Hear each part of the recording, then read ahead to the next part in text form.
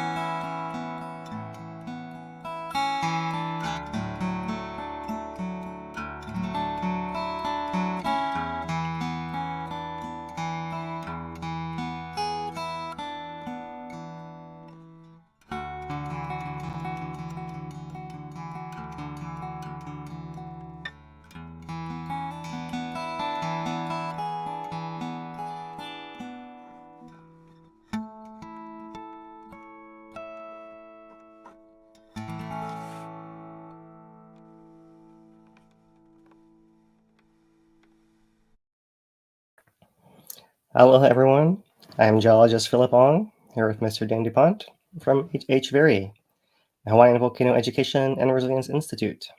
Today is Thursday, February 22nd, 2024. How are you doing today, Dane? Doing good. How about yourself? Doing all right. It's been a pretty quiet week overall on Kilauea. We still have tons of work to dig ourselves out of here, but on the volcano side, pretty quiet. It's been a while since we had one of those.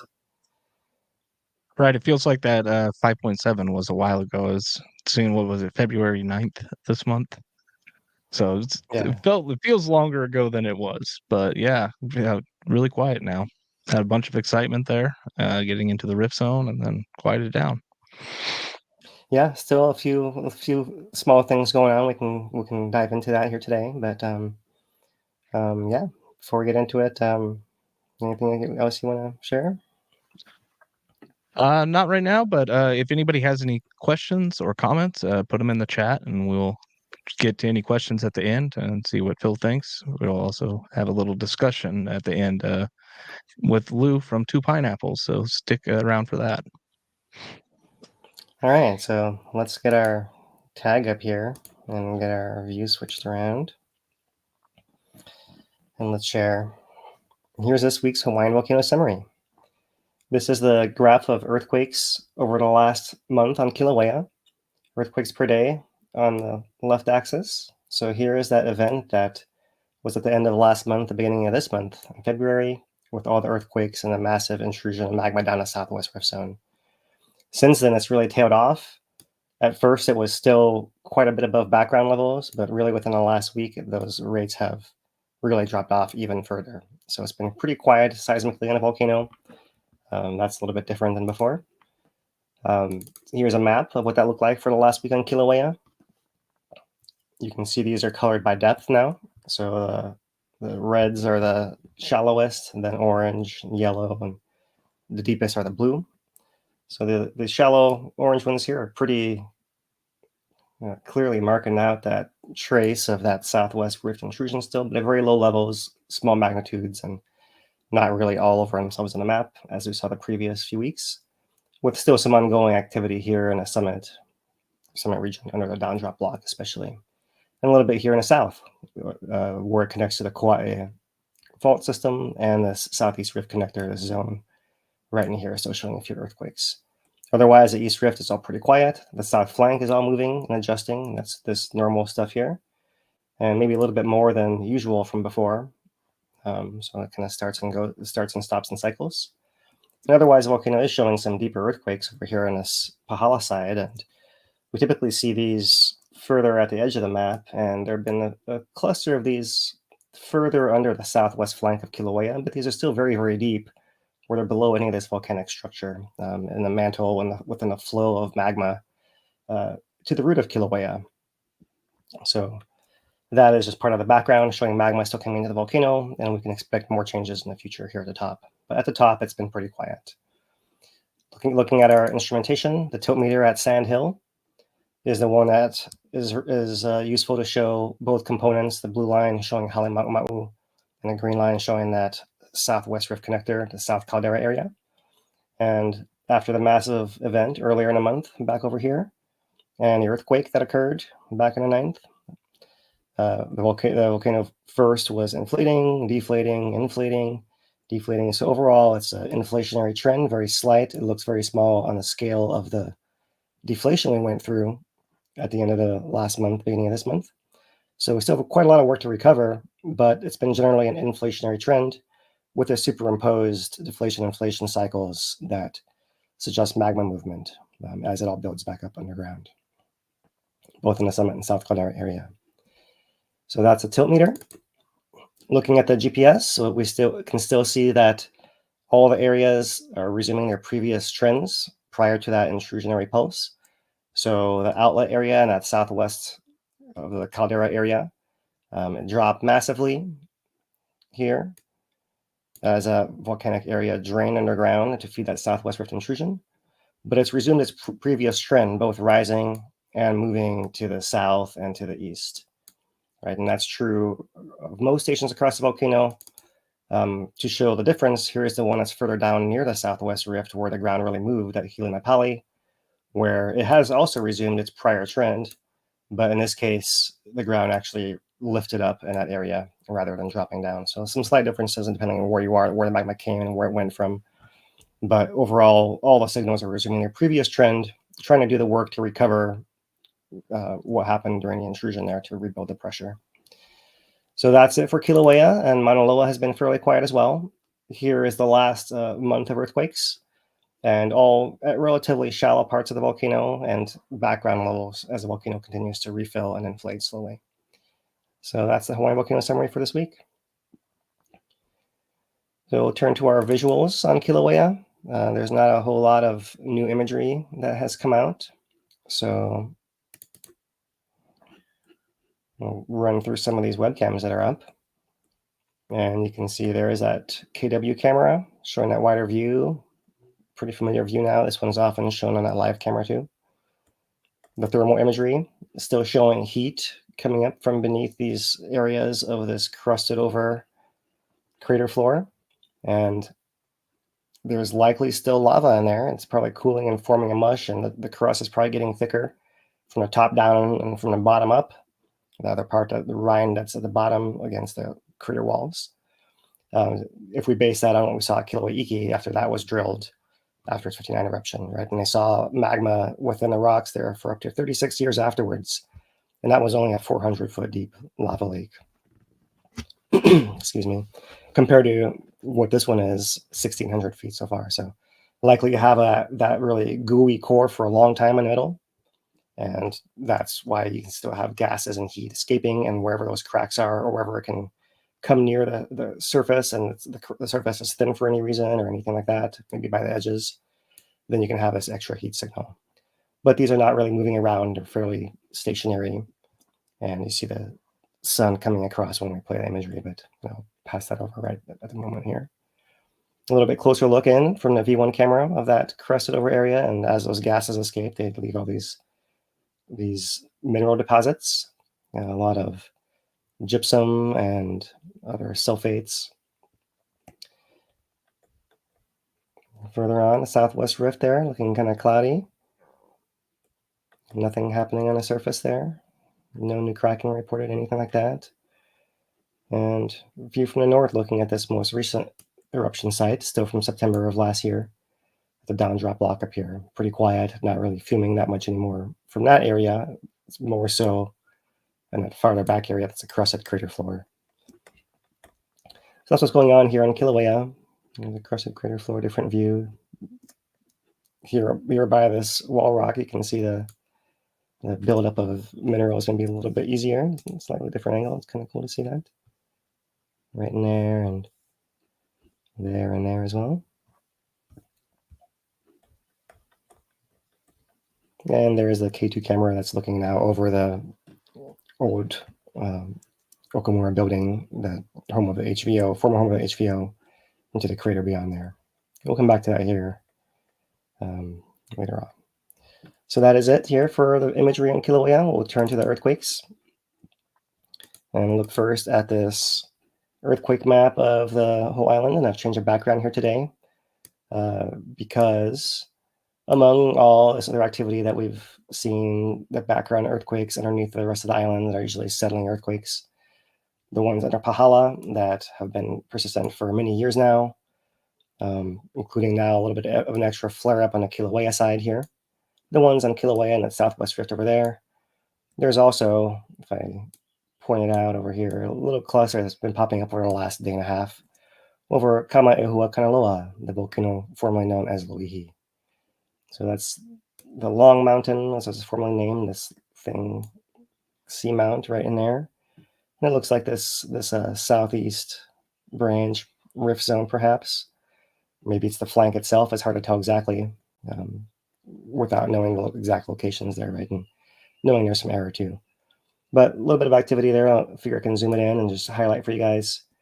The largest event was recently a 3.3, just earlier today, about 7 miles down, 2.9, 2.4, 2.1, 2.7, with that first one being yesterday at 8:40 p.m. local time. So interesting little cluster, nothing really major. You know, this might be similar depths, to be like a flank earthquake, like Kilauea has its flanks. It's not a big cluster of events all happening in close succession and proximity to each other, which would be more of a volcanic swarm, right, with magma movement going through the volcano there. So just a little interesting side note here, since there's not a whole lot of other action happening abnormally. To clear this up, I like to show you guys the map from the USGS website, but configured to be colored by depth here. So I'll zoom it out all the way and show you guys the full view here. And so you see the background earthquakes that occur island-wide. They are through a large range of depths, although you're missing really the oranges and the reds for this whole northern sector here, right? This deeper adjustments happening. And then here around Mauna Loa, you get shallower stuff. Around Kilauea, you get shallower stuff. And then all this deep stuff, the blue ones here in Pāhala. That's the long-term stuff, right? Here is Loihi. It's in that yellow and orange range, similar to the south of Kilauea when it activates down in here. So we'll zoom it in a little more. A little more. And there's our trail that's moving from the summit down that southwest rift connector into the southwest rift there. And a few shallower earthquakes, these maroon ones here. Right, that was on the 11th and 12th, so 10 days ago, 11 days ago now. This map is currently showing the last 2 weeks of activity. So that's the cluster that's underneath that southwest flank there. So if I come here to the earthquakes and then filter to the last 2 days, you can see how quiet it actually is, really. A little bit on the flank of Kilauea, because you imagine a Kauai is properly settling still. We know this area is refilling. One small one up here, 1.4. And then there is that cluster that's underneath that southwest flank of the volcano, very, very far down, as well as a Pāhala cluster further over that way. And so that's interesting to note where all those are. And to maybe clear up how these fit in by depth, I can show this graph once again. This is from Aaron Weck and Wes Thalen, 2015. And they had imaged all the earthquakes from the area cutting across from southwest of the island of that whole earthquake zone all the way to Kilauea. So here's our southwest rift of Kilauea. It's about that area. The actual raw data on top. So here's that deep pathway that's thought to go from that hotspot zone in here over to the root of Kilauea and then come up, right, with probably secondary pathways coming up this way as well, right? The rift zone is all shallow all up in here. So interesting to consider how that might be connected, but there's a huge gap in depth there, right? So maybe if you are moving the stack at the near surface, that can cause some slight redistribution of the pressure that's holding down that structure down there that's filled with magma, that's pressurized. And maybe because it is flaring up, it's showing you that it is fairly pressurized on there. And if anything, I'd say that likely that's showing us that there's a fairly robust supply of magma from the hotspot into the volcanoes. And so there's probably coming up, coming over like that, coming up. We just saw it come down a southwest rift this way, like that. That's the path of the magma right there. And then because this all shifted at the top, then maybe it wiggled a little bit down here to allow it to shift the rocks in some way, which you probably could only do if you have some decent amount of pressure. And that's why I say that maybe that's the only thing you can really get out of it. No direct link from what's happening here to the surface, even though on the map it does appear in the exact same location. So that can be confusing, and this is a good way to clear it up. And the graphic down here below is showing that interpretation. Mantle plume, different kinds of earthquakes I didn't talk about here, but there's different varieties of earthquakes that show different signals, and these ones showing more movement of fluid, not just here, but combined through many of these earthquakes all the way across, and that lead to the shallower surface plumbing. Okay, so that's the earthquakes for this week, and we'll go into our monitoring segment. And we will start by showing the USGS update just for today, because it's not a whole lot of change over the last week. But to make sure we're crediting our sources for all this wonderful data and graphs that they're sharing, and imagery, here is the report.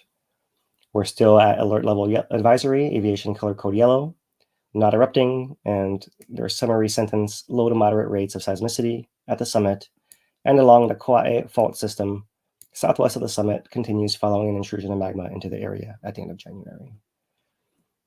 That's basically it. Depths are consistent, 1 to 5 kilometers, 0.6 to 3 miles beneath the surface. Magnitude is typically below magnitude 2. Low ground deformation, low SO2 of about 100 tons per day, measured on the 16th. So for a more recent measurement being reported here. That's it. Seismicity and rift zones are low, no unusual activity there.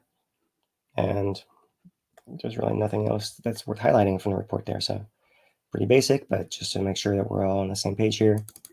That's the source. And now we can turn to our monitoring graphs. And we come to the top here and start off with the tilt for the last week. So overall, over the last week, you can see we've gone from negative 3.5 microradians up to somewhere around 2 microradians. So 5-ish microradians of change. And if you haven't joined us before, a microradian is a measure of an angle, right? Radians and degrees kind of thing. So we're measuring in micro millionths of radians. So there is the general trend of inflation over that week, but superimposed upon that, you have these cycles of deflation, inflation, deflation, inflation, another one there.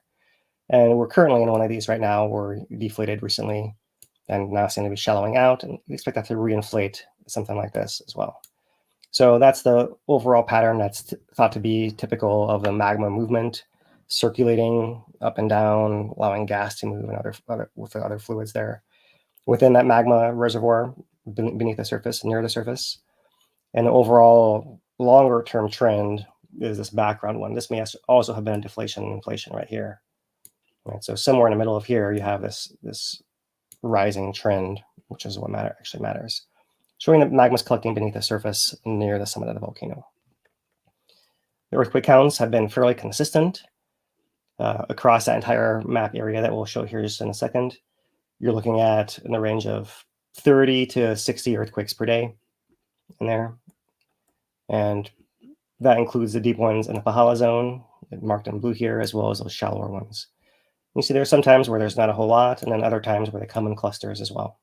It's interesting how they're pulsing a little bit still too. And imagine it's kind of building that trickle that's still flowing in there is propagating these changes as it can little by little, much slower rates than before. So there's the map, and this is the whole area being counted for those graphs. And as we talked about that already, I'll move on to show you the last month of tilt. And so now we can see that, maybe you can see here through this somewhat transparent label here, you can see the actual line of tilt goes something like this and then comes down. So this was the 31st of January when we had the intrusion, and then the summit itself deflated massively as all the magma drained from that area, all underground into these new openings, also underground in the Southwest Rift. Right there is that big earthquake that happened deep a week and a half ago. And since then, and even despite that, right, the trend has been inflation the entire way. So this entire signal is the same one as a blue one at the sand hill, but it's really compressed and squished in here because of the greater scale. So we got to zoom it way in to really try to get some pixel analysis here. You can see the slight ups and downs there similarly, but overall it seems like it's a rising trend coming up. So I can't draw in a straight line with that few pixels right in there. But here, the green area of that upper Southwest Rift area also still showing a little more clearly that inflationary trend right there. So it's still refilling is what you're seeing there. The earthquakes over the last month, there is that big pulse of the actual intrusion with that lead up to it, 4-day lead up, and then that major pulse. It lasted 2 to 3 days there. The wind down lasting for a while, and here's our last week where it's been really much quieter than the previous weeks for us, but for anywhere else it'd be pretty quaky. Lots of events still happening. That's normal background for us. So there we are, tailing off, low levels, and maybe better seen when we look at the year-long earthquakes per week graph.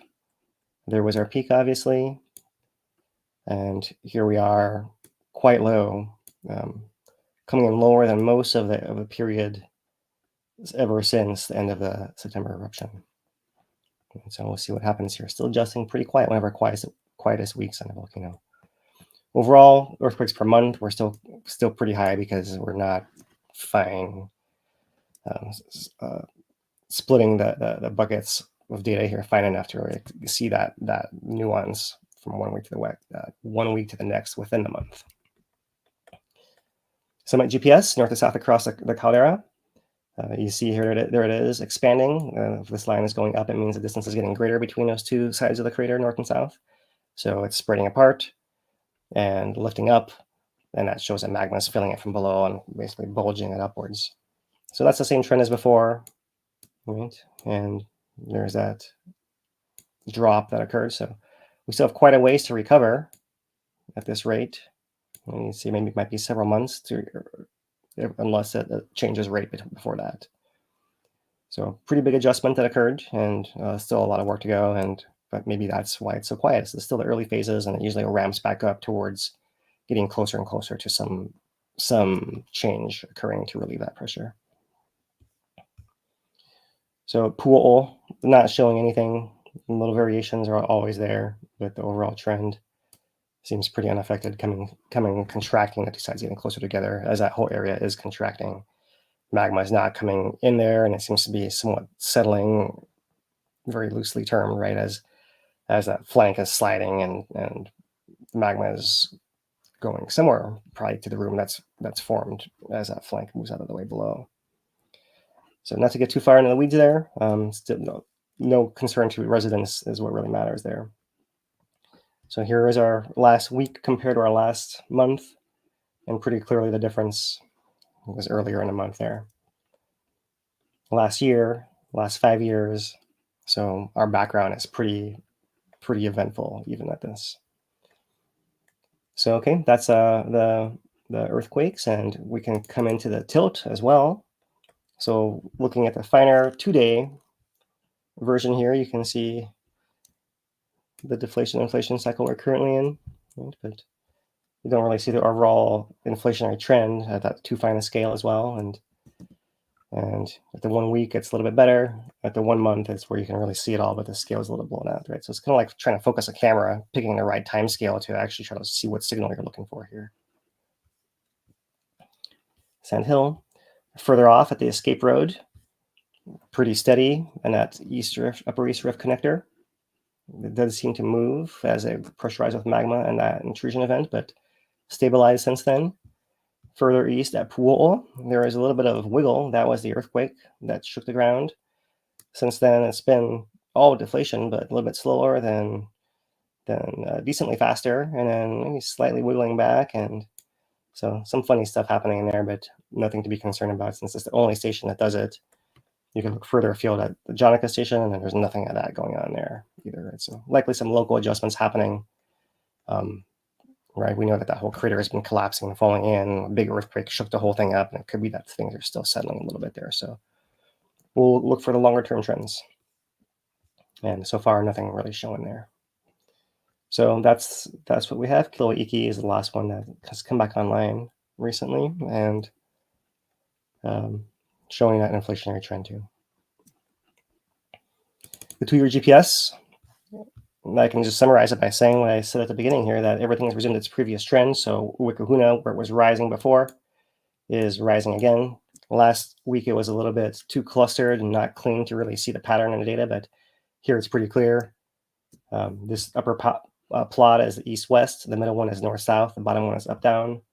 So pretty clearly moving to the west and to the north, just like it was before, and upwards like it was before. And I'll just pan it out, and you can see that overall, all the trends are that, right? With perhaps looking at Byron's Ledge here at the east part of the crater, where it's been a little slower to turn around. Right? If you look at the east-west signal, that very clearly being pushed to the east immediately following the intrusion, right? But the north-south signal has been a little slower to turn around, and this is one of the little nuances here, where it seems like it wanted to turn around, but it didn't do it so quickly. So Byron's Ledge is maybe near the center of the action, where it's the inflation center is moving relative to where Byron's Ledge is, and creating this little localized effect right in there. And we'll see that a little bit later when we look at some of the INSAR images that have been released as well. But overall, let me zoom it back out here. All around the crater, resuming the previous trends. And you see all around the crater is dropped down, but rising again. The south flank, Arahua rising, Puhima rising, Devil's Throat less clear at that one. Coming back here. And yeah, everything resuming its previous trend. Even Hilinapali, Ilemakule, Kipukanene,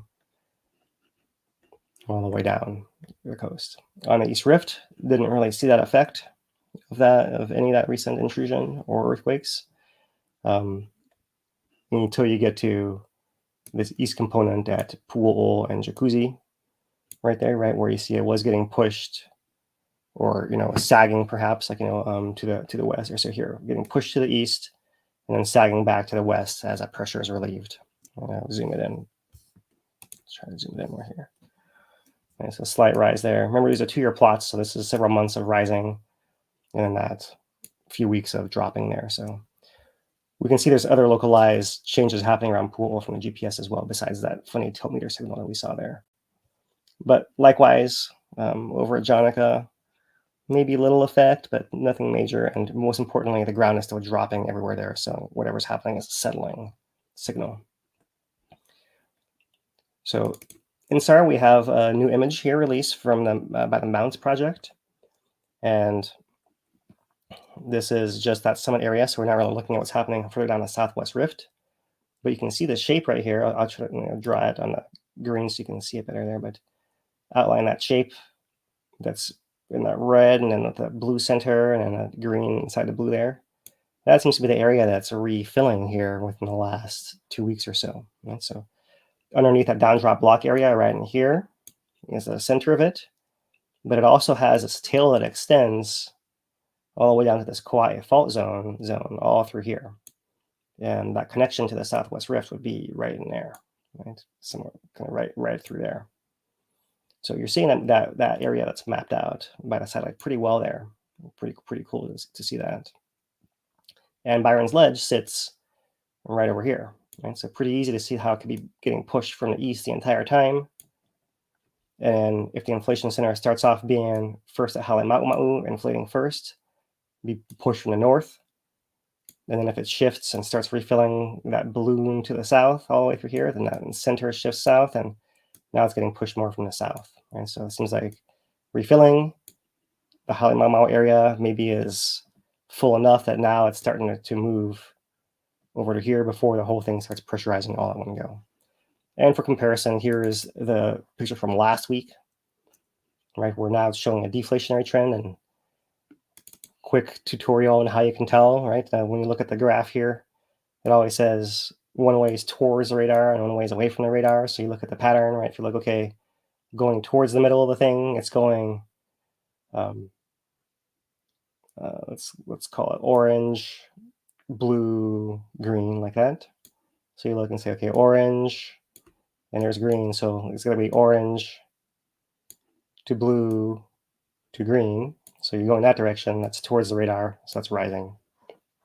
And that's how you can tell. And if you go to the other one, you can see it's actually the opposite pattern there, where it's going away from the radar, dropping down. So that same area outlined right here, right, has a similar shape as the area that deflated.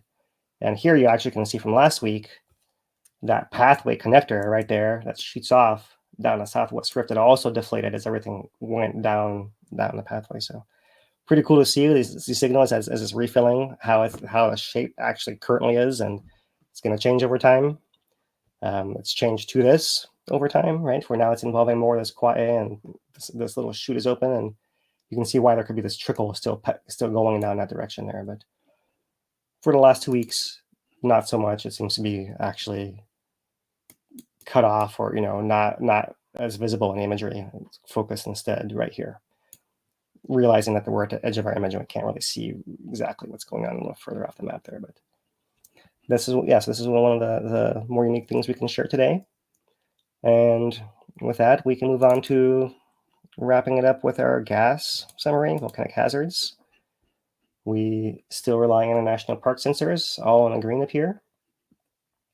So still 100 tons per day coming out, which is affects nearby people if you're sensitive, especially. But overall, it's normal for around here, even if it is high for if it would be an industrial level, it would still be of concern, right? So that's the hazard update. We'll quickly talk about Mauna Loa. We can maybe add a little bit extra today, but let me come up here to the top to start off. So for the last week, we see those daily cycles and maybe a little bit of deflation happening here, but very fine scale. We're looking at 0.2 of microradians up in Mauna Loa there. So very slight deflationary signal. We suggested in the past that Mauna Loa might be affected by the events happening in the Southwest Rift with all that adjustment, or if that side can open up more, you can relieve some pressure. Anything that's happening, it can still be filling with magma, but you're making more space. So it can do that without having to quake as much, without having to push GPS quite as much, and all those kind of effects. So very few earthquakes still, even within the shallow regions at the summit here, nothing deep at all. For the last month, that took me really shook with the earthquake, so it's not really showing us much of anything here. So very fine scale, slight variations, like going down, going slightly up, slightly down, so little adjustments. And last month here, shallow earthquakes as well. All earthquakes per day, less than 7, the peak here. And for the year, most of the action was actually back in late October, early November, with the deep earthquakes that occurred deep under Mauna Loa there. And since then, we're actually at fairly low background levels, the lowest points pretty much for the whole last year. 1 week exception, about almost a year ago here. And for the last 5 years, this is the build up to the eruption in end of 2022. So it's come down, and here we are even lower at the very bottom, right through here. So this was our most recent action that highlighted the last year really on the volcano. So if I show you 3 maps, earthquakes for the last week, for the last month, and for the last year, and you can really see where those earthquakes were. And in cross section, zooming in a little bit here, so you can see the comparison here, right? Happening in that deep zone, 40 kilometers below the summit of the mountain there. Yeah, all that's missing in the recent month. So pretty quiet even for within the last year on Mauna Loa as well. But what we can look at a little more is GPS. So here is a horizontal, north and south across Mokuʻaweʻoweʻo, Mauna Loa summit, and zooming it in, there was not a whole lot of change through here, perhaps, right? Maybe that might have been where you had the biggest effect of the southwest rift intrusion of Kīlauea on Mauna Loa's flank that maybe made it didn't have to stretch out quite as much there. Yeah, or something was adjusting, and then here it's resumed its previous trend again too. And the up signal has been pretty consistent, moving up the entire time there, upward component. For the last 5 years, you see a little bit more of a change. Has been shallowing out, getting a little slower, still inflating, still stretching, but slower and slower. And okay, 5 years. Okay, well, this reload it. Let me reload this. Pull it back to. Here we go. I thought I'd share some of these 2-year GPS plots on Mauna Loa today. Not great detail, but just to show you that. First of all, let's look at the southwest part of the mountain and look for any effect of the southwest rift intrusion. So you see that overall slowing of the rate of movement. That's east, west, north, south, up and down like before. It's nothing really evident on that southwest flank as much. Maybe a little bit here, where the signal is maybe showing a little bit of adjustment, but pretty minor, slow, subtle stuff happening on that southwest part of the mountain. Further over, 10,000 feet, Sleeping Cave, you are seeing a little bit of a change there too. Okay, so not a major signal there, but a little bit of a signal up at 10,000 feet on the southwest part of Mauna Loa. Coming closer, downhill, it's closer to Kilauea. So PEK at 7,500 feet. Clearly getting pushed a little more to the east there, or pulled perhaps, settling to the east. Not a whole lot of change in the other components, but they're feeling it for sure. Like moving, what is this here? About 1 centimeter, right? Half an inch or something. The ground's actually shifting, settling in that direction. Ocean view at 5,100 feet. Tiny signal, barely registers on that one, but you see a little bit more in a actually settling to the north a little more too, over there. And now let's move to the northeast rift, which is where we had that eruption in 2022. So that's visible here, December 2022. This build up and then sagging in this case, the east component, north component, up and down component there. And maybe you can see that it's not as clear and higher up the flanks there, but there's a little signal coming in right there at the end. Here's what is this one? Northeast flank at radio facility. Little signal there and there too. Remember, these are 2-year plots, so you only get a few dots here at the end of each one of them. So coming closer, 6,600 feet in the north flank, a little signal too, but look at this one at 5,000 feet at Ainapo. Right, clearer signal, right? This was how the volcano adjusted to the eruption in the end of 2022. And here's how it adjusted to the southwest rift intrusion of Kilauea, the biggest signal ever since then. So clearly it's had an effect, especially those closer by areas. It's most evident there. Right, same thing. This is the east component. And so it's actually going, it went further northeast. As magma shoved in the southwest rift, that the station got shifted northeast and didn't really rise too much, not a whole lot of difference in trend there as well. But clearly it had an effect on Mauna Loa, and I'll just leave it at that there for Mauna Loa. So I don't think we have a volcano watch out yet this week, do we, Dane? I don't think so. Maybe you can check it here. Let's reload this one. I think we still have last week's. Yep, so we'll pass on that for today, and we'll just go straight to our community and we'll corner and take some questions and have some discussion, right? So as far as construction closures at the park, there's no change from last week. We're still having just Wikahuna parking area partial closure happening there, right? With especially the long vehicles having extra restrictions there. So that's there. And let's see if I have the plot of the K2 camera. Yeah, this one right here. So let's pull this on here and show you guys a clip from the K2 camera of what we can see of that construction that's been happening. I started it back around the 10th or so. They're not going to keep the camera pointing at the parking lot the entire time here, but you see a little bit of what's happening there with them taking down equipment from inside the building first, and you imagine eventually it'll come down to the shell at the end there. So some action happening. I'll just clip just the daytime views here. And that's what we have to share from what's happening at the Wikahuna site. So otherwise, the last thing to share with you guys today is this item that the National Park released today, which is that they are seeking input on congestion solutions for Kīlauea summit area. The public input period is a month long starting today. And here is the map of the area that they're concerned about. So there's a lot of stuff that they put out here. So I'll try to maybe just go through a little bit of it here. They are essentially starting a process that they, in their document says, in the last 2.5 years. This is a very, very first stage of soliciting community input for this process.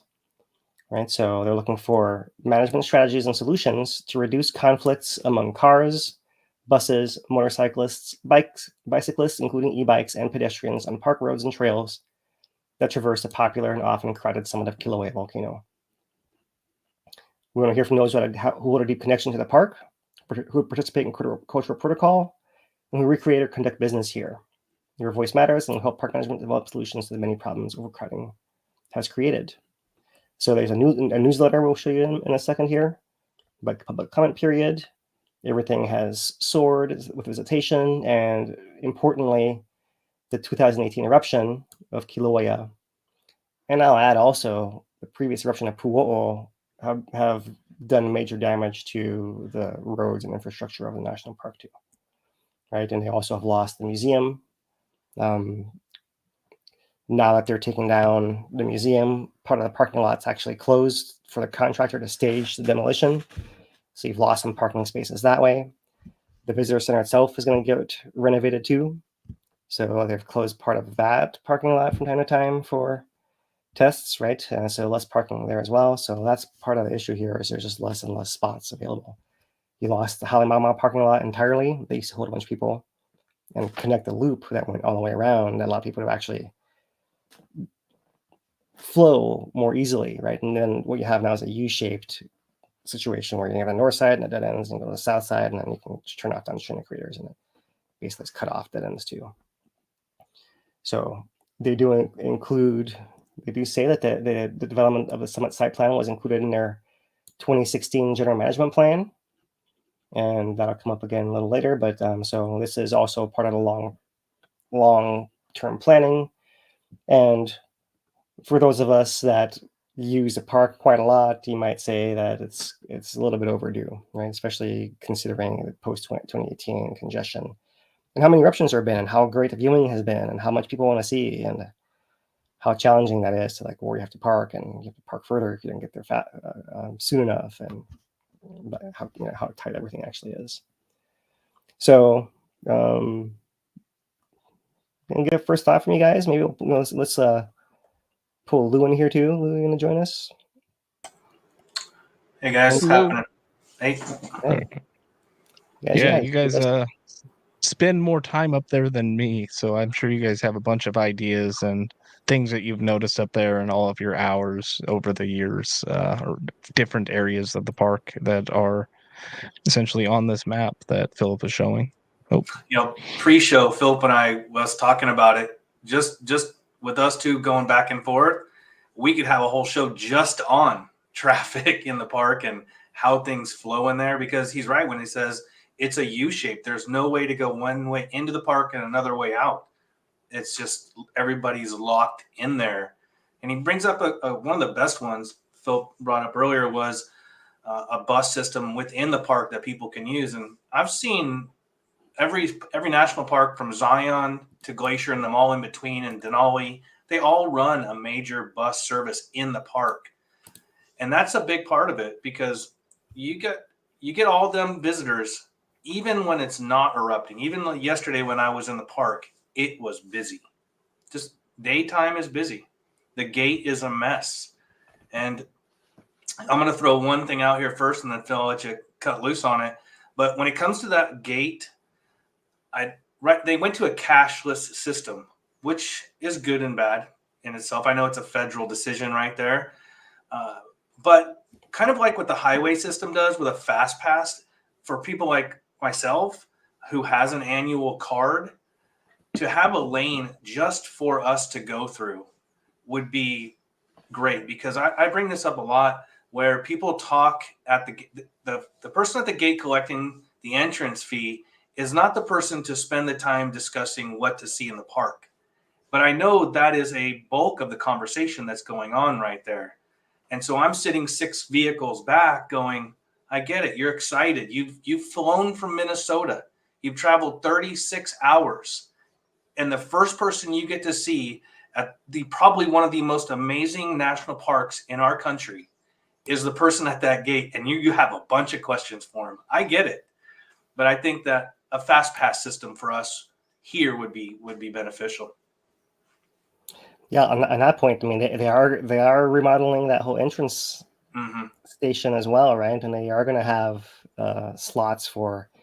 And the original proposal was for employees to be able to swipe their passes to come through, right? And so one proposal that's easy, that's been mentioned already, I think, is in the park's acknowledged hearing the proposal, is that maybe whoever's got these year-long passes can also swipe theirs, right? And that, it's like a self-serve. The flow goes a little faster through there, right? Without putting extra burden on park staffing, which I'm sure is also a concern you have to worry about, right? That's just part of the business, right? So, yeah, that's why the city doesn't have somebody at the gate sometimes at 4 o'clock, 4:30. Sometimes nobody is at that gate, and they rely on people just to be scanning the QR code to pay for the admittance fee to get into the park, the entrance fee to get into the park. It's staffing. It's not easy up there. Yeah, and one thing that comes up when I mentioned there was some other concerns is that traffic can back up onto the highway. That's a highway right there. We've and seen that becomes a safety issue. That's a huge safety issue. Or someone's trying to come down at speed limit's 45, so they're coming down. Let's say they're coming down 45, and there's just traffic all over the. September of 2023 eruption. I think there was a pretty bad motorcycle accident right out in front of the gate. We hear them. When we're live streaming up there, when we're filming, we hear when things go on. There's a lot of people going to that park at one time, and there's nowhere to go.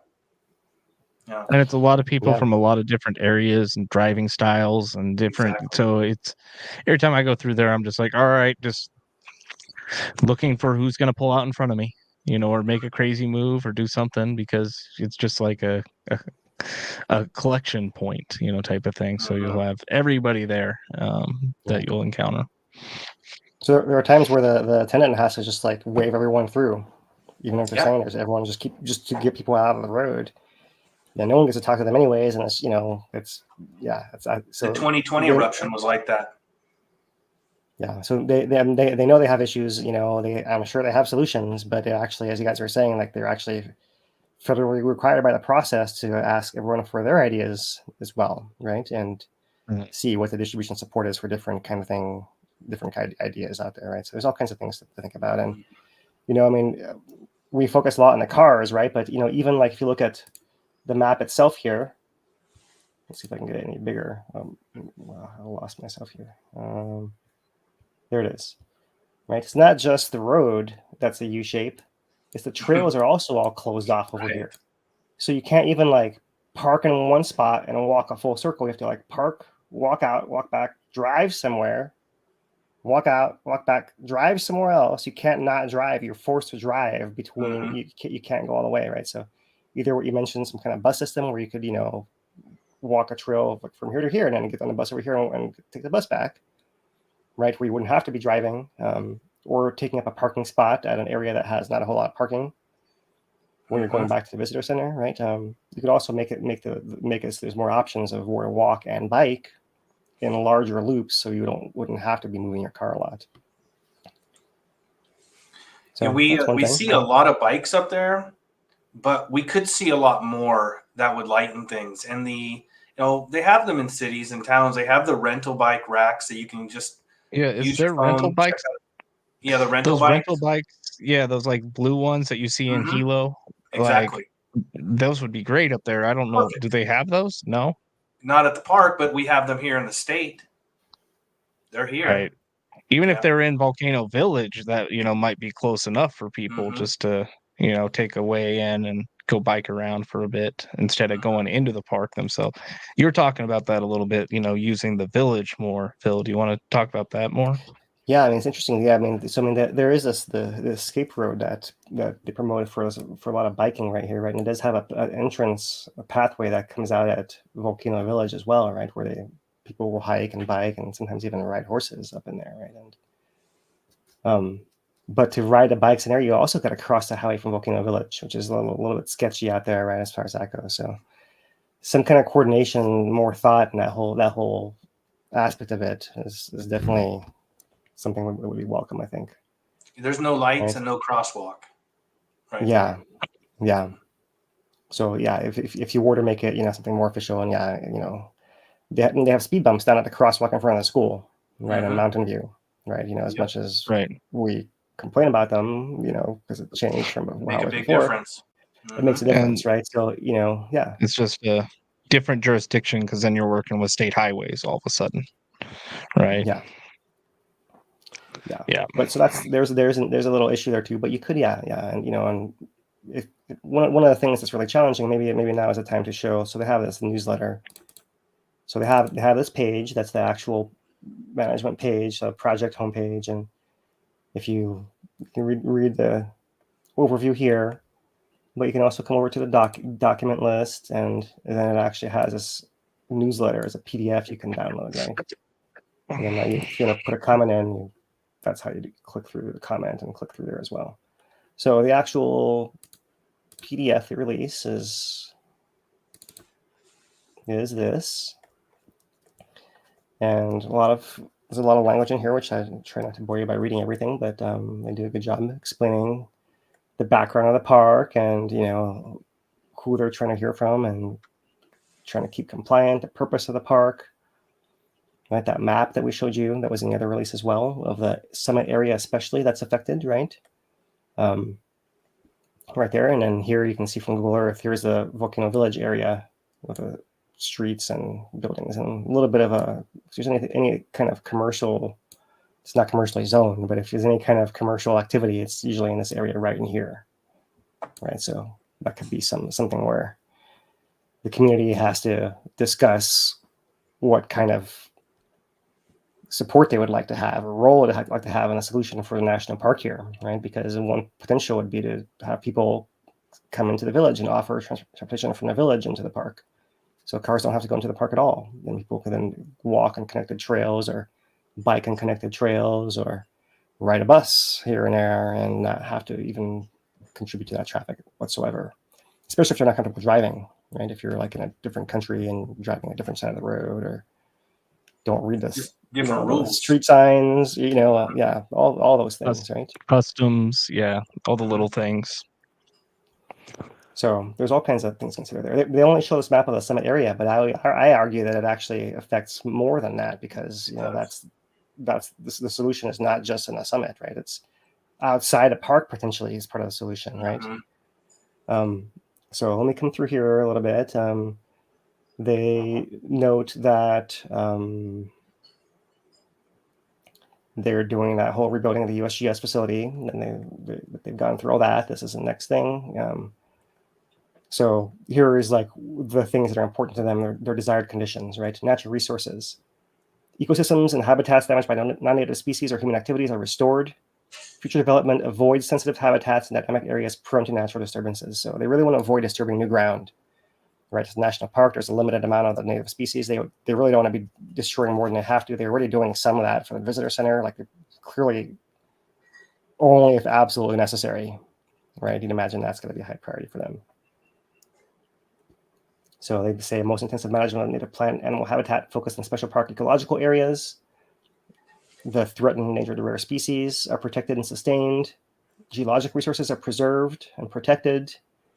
Natural darkness is protected. Noise is protected. Park considers and analyzes potential climate change impacts with all their decisions, and try to minimize their contributions to climate change. That's the whole natural resources. Cultural, there's archaeological sites that they want to preserve and avoid degradation. Make sure they can keep monitoring and inspecting those areas, accommodating access and ceremonial use of sacred sites by practitioners. So all those things, management of preserving physical attributes, biotic systems, all these things here, make sure that it's being addressed, that the resources are conserved, facilities are accessible by all people, including those with disabilities. That's something that they mention, comes up again and again, like some trails are not, and some signage isn't that good they mention as well, right? Because it's just not easy to see. Everything's pretty forested. Like you maybe don't see where the sign could be in a better place, maybe. So they're looking for things like that as well, right? Where, maybe the sign is in a better place. Maybe like there's more pedestrian crossings or that kind of thing here. So let me maybe move it along here. Issues of plan will address roadway congestion, U-shaped corridor. That's where that comes from right there. Right, and additional issues at the lava tube with vehicles backing into oncoming traffic from parking spaces, while other vehicles are trying to U-turn into the road. That is a dangerous spot right there. Yeah, even with barriers and reconfigurations, there's still only limited success. They're still having an issue with that. That's always been an issue. There's not enough space there. Nope. There's like a cliff on either side. There's just not enough space. Got a bus, it wouldn't matter. And there's no good turnaround either. There's no good turnaround either for people that are just like, because that's one of the key feature sites. And if people are coming in just to hit like the 3 big sites, they're gonna go Nahuku. And when they do, they're probably gonna try and flip a Yui as soon as possible. And that's part of the problem. You got to go all the way down to Devastation Trail parking lot. Right. Turn around down there. Yeah. It's a journey. It's a journey. Yeah. It's a nice journey. The road is beautiful. You just you got to put the time in. Yeah. So they note congestion and devastation as well for access to Kīlauea, where they have to like close a parking lot, send people to Pu'upuai parking lot, and Uikahuna. In addition, vehicle queues at the entrance station can result in traffic congestion and hazards along the state highway, impacting residents, communities, as well as the safety of visitors. So it's all in here, right? They know this stuff, but they have to hear from everyone what's the most important, right? Parking lot congestion, visitor circulation and access. Yeah, many connecting routes exist. However, these are often overlooked by visitors due to the forested nature of the landscape, which obstruct the view of wayfinding signage and lead to visitors to walk on the road instead, which happens between the lava tube and the Kilauea Iki overlook, which is the overflow parking lot for that one. So you have to walk that half mile either way. And if you don't know to go down a trail into the forests, you're walking along a really bad road to be walking along. Right, so that one as well. Natural resources, cultural resources, project goals, visitor capacity. Right. One of the things that they say is based on confirmed or updated desired conditions, indicators, and thresholds outlined in the 2016 Volcanoes National Park General Management Plan. So this management plan, I think, is overall, it's a good thing, but there's been one key issue in there that I think is maybe worth bringing up now, which is at the time they decided that they were not going to reopen a Kalapana extension, right? Where that is the reason people are coming into the summit and circling around and not use, because you can't go out any other way. You have to have time to go all the way into the Indochina craters, turn around and come all the way back. You have to have an extra hour and a half to do that. Easy. Right, if you're going to stop anywhere.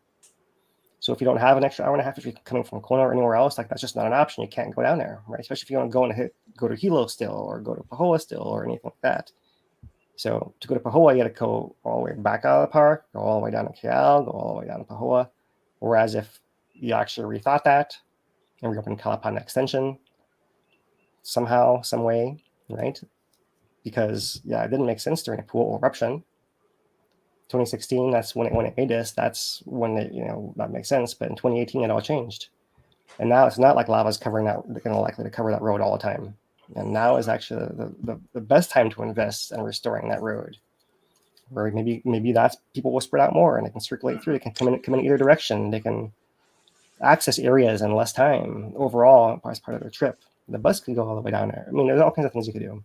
Hey, Philip, is that entire road that's under lava, is that all national park property going between down Chain of Craters all the way to Kalapana? Or is it at some point leave the national park? It becomes a county road at some point, right? But I believe that it all was bulldozed in 2018, previously in 2014.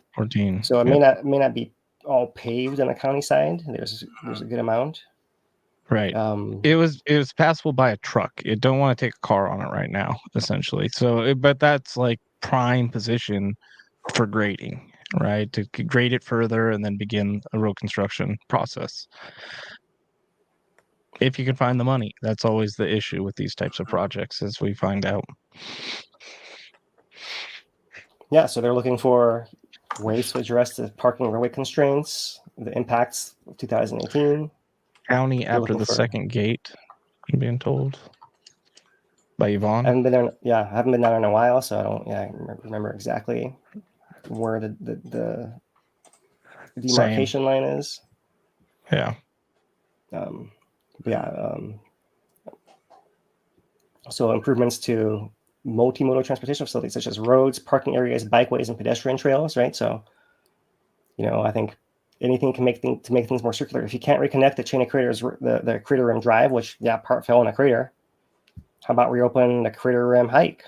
So people can hike around instead of driving around. It's been 5 years, right? And the gas does go down there, and maybe the hazard is that you can't drive out of there. You can't hide in your car if you're over there, right? But if that's the concern, think of a solution to that, maybe, right? Make a little shelter or something, or close the trail if the gas is bad, right? Monitors or something out there, right? And doesn't be open all the time, like a ski trail. Ski trails aren't, like you can't go on this one. Avalanche danger today. Sorry, right?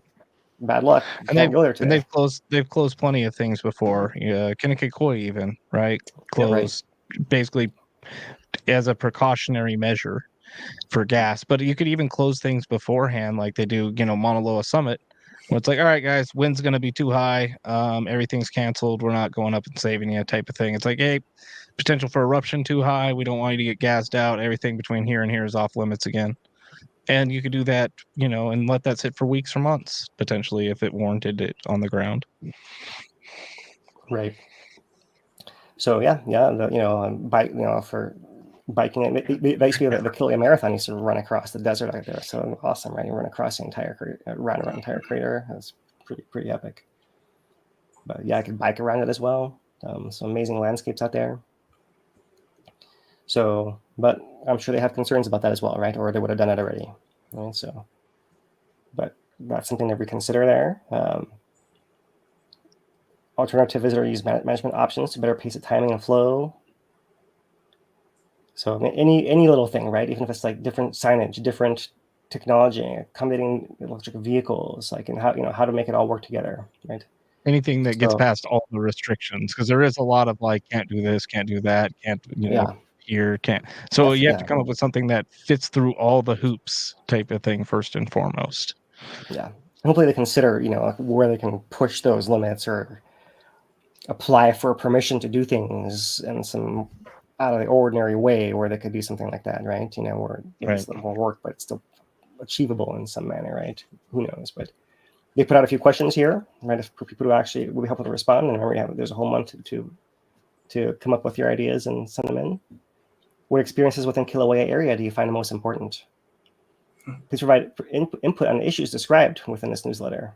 What other challenges do you recommend the planning team consider within a project area, see map, that most interfere with your ability to access key destinations, get the most out of your desired park experience, right? And so this is where I say, well, you really think about Kalapana, right? You actually can relieve summit congestion by opening more areas further away from the summit that are just harder to get to and travel through. What's the park doing well to manage these issues that you would like to see continue? What strategies do you recommend a planning team consider to address barriers to access, improve visitor experience, and protect natural and cultural resources?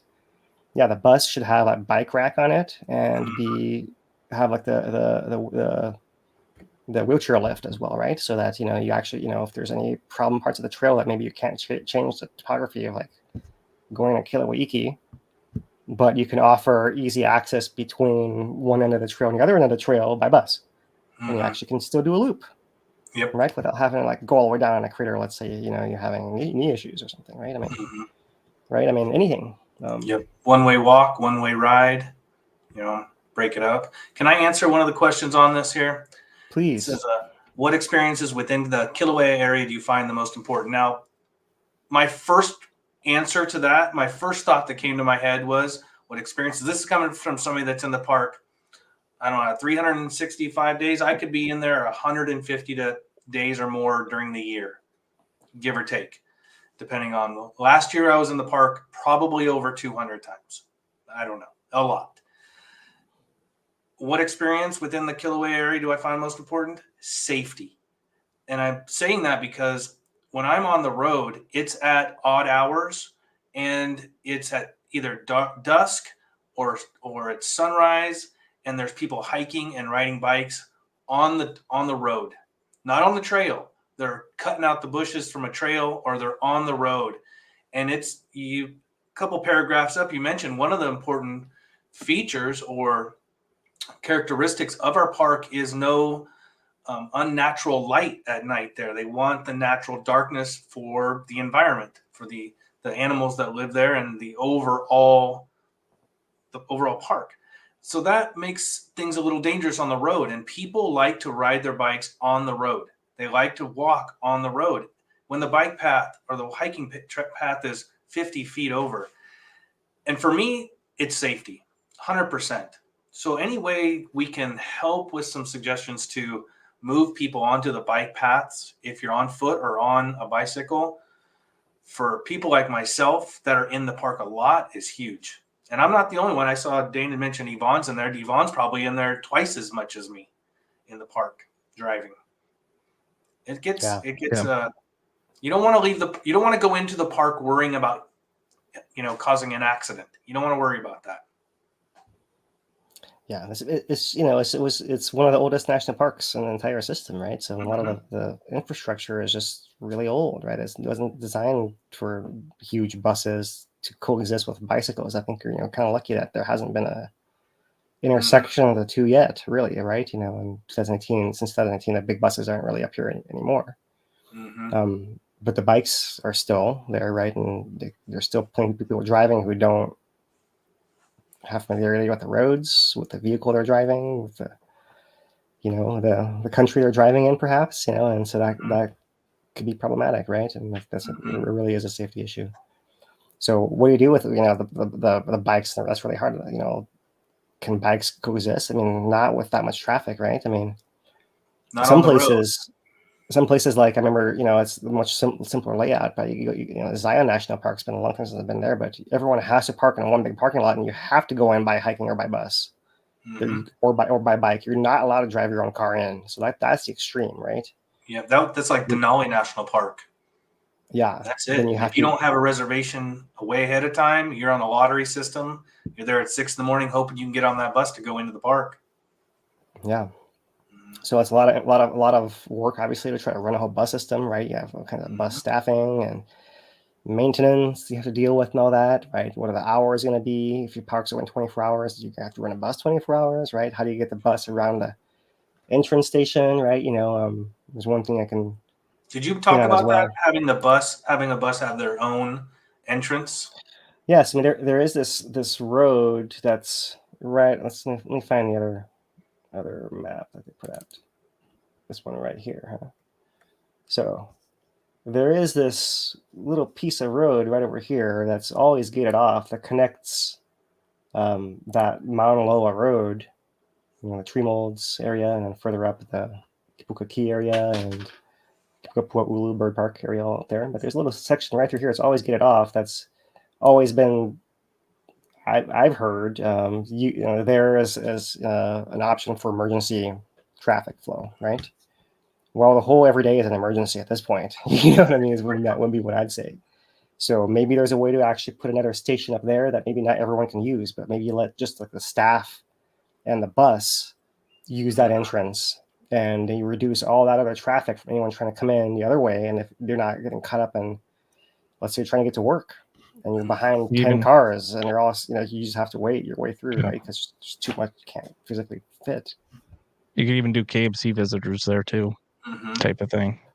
Right. So that's another thing to consider. I mean, there's not a whole lot of areas, but like that's one that's the road already exists, right? So you have to obviously, maybe I don't know if either what the condition of the surface is anymore, right? But it's a pretty short stretch of road. You can put a little booth with some kind of gate, or maybe like an automatic pass system where you don't have to man it, right? Where you could have your staff and your bus drivers like have access. KMC employees. KMC's got a bus also.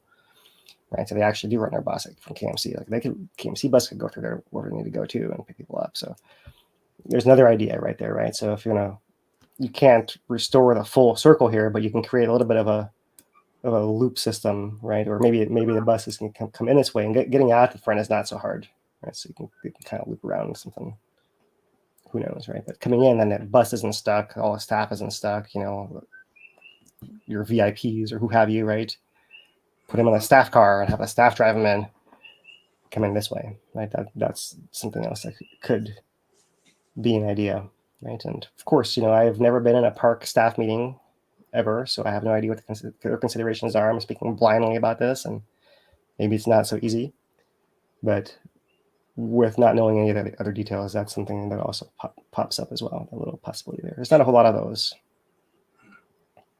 And that's the only other entrance. There's no other entrance, or was there, at Waldron's Ledge area, that road that's just to the east of there? So that's the escape road. That's not paved. I mean, that's the one that they're putting the bikes down. That would take a lot of work. It's also narrow. It's also very forested. You wouldn't be able to do anything there without making impact as well, as the bottom line. Looking at that other entrance, the one thing I wonder about is DOT having an issue with it being in such close proximity to the highway. And maybe there'd be regulations, stuff like that. But the thing is we did do, this all happened since the plans, and this is more recent stuff, but in Mauna Loa, right, the traffic hazard mitigation route, right, working with DOT to create an access, right, to alleviate the high traffic congestion and especially volcanic eruption. And that's really where we get pushed the hardest at the park, is whenever those first days of eruption happen and everything's completely jammed up. So it's, maybe you couldn't do it all the time, but it's like, start with at least an eruption, you have access, something. I don't know, like there needs to be something. I mean, even their high season at this point has too much traffic. There's not a space in there just for regular high season now. So, but look, it's pretty close from this KVC entrance to the highway. It's not that far. It's not that much. Like there's enough space if you actually go stand there or drive by there. You can look. There's enough space there, right? And maybe you need like a turnoff lane like you have over here, but that's where you work with DOT. Okay, figure that. That's what you need to figure out, is like, how do you make that feasible in some way where you can have one-way traffic for staff only, or like make sure visitors aren't turning in there, right? It's a big do not enter signs, and only the buses know go in there. Who knows, right? There's some solution maybe could happen there. There's no entrance at the back of KMC right there, but that's a whole other can of worms. I don't know if they want to open that one. you don't need to. Is the thing. You have one over here. Yeah. Mhm. Right. So maybe that's enough about that. We've been going on for a while already. Yeah. Right. Any more thoughts from you guys on that? I'm good. I'm good. So, there's obviously, I didn't read the whole document. There's a lot more information in here that's all important. So you guys can go into the website and find that from the national park. So that's the community corner. Or any comments and questions we want to Yeah, get we here? do have some questions before we get into that. I want to thank everybody for tuning in today. We rely on viewers like you. The likes, subscriptions, the shares, all that stuff really does help. I know the YouTubers talk about it, but it actually does with the YouTube algorithm on that side of things. So we appreciate all that support. We also do take support on hvery.org/donate, and there you can make a tax-deductible contribution to the Hawaiian Volcano Education and Resilience Center, or Institute, sorry. I started looking at other things. And yeah, we will, we do have a couple questions here. Want to acknowledge those as well. You ready to try and dive into those, Phil? Yeah, maybe we can let's see what there's to discuss here. Yeah, so Bill asks, for quite a while, all the activity was in the caldera, but now there's been an excursion towards the southwest. Is there anything to indicate that the center of activity might move to the southwest rift zone?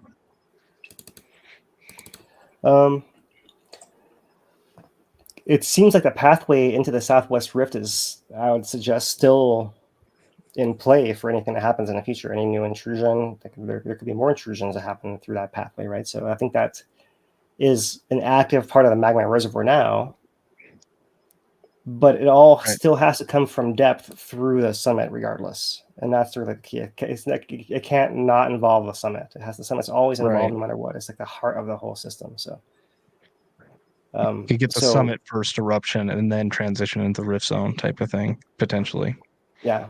Yeah, so it's a good question, and I like this to talk about this, how this might be more open, and maybe this is a phase where you have more injections in the southwest rift, and this is just the first of several pulses we'll see. But as far as calling it the center, I think the center is always going to be Hale Mau Mau, because that's directly above the magma reservoir and the source and the pipeline and all that stuff, right? So that's how I think of it, at least. Right. Yeah, thanks for the question, Bill. Yeah, Christina asks, can Philip review we might have to do a segment on this and take some more time with it, but the post-eruption history of Mauna Loa in the past, in 1984, compared to what the volcano is doing now? Were there any indications in its history that it would have explained the 38-year gap between eruptions? Okay, so quickly, part A. Post-eruption history of 84, the volcano kind of settled in a similar way to what it's doing now, right? It takes several years for it to finish re-inflating and recover from what it was doing before.